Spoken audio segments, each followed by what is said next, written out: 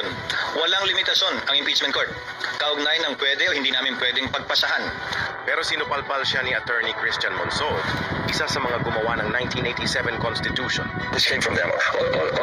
There have been so many attempts to derail or delay the impeachment trial, and this is the parang ito yung strategy or agenda of the Senate.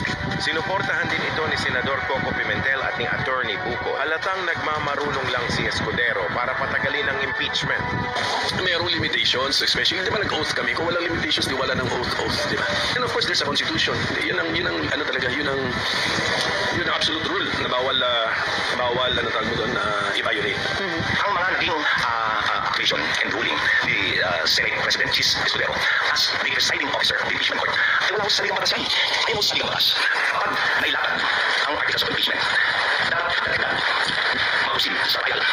Kung walang limitasyon ang Senado, sinasabi mo ba, Escudero, na mas mataas ang Senado kaysa sa saligang batas?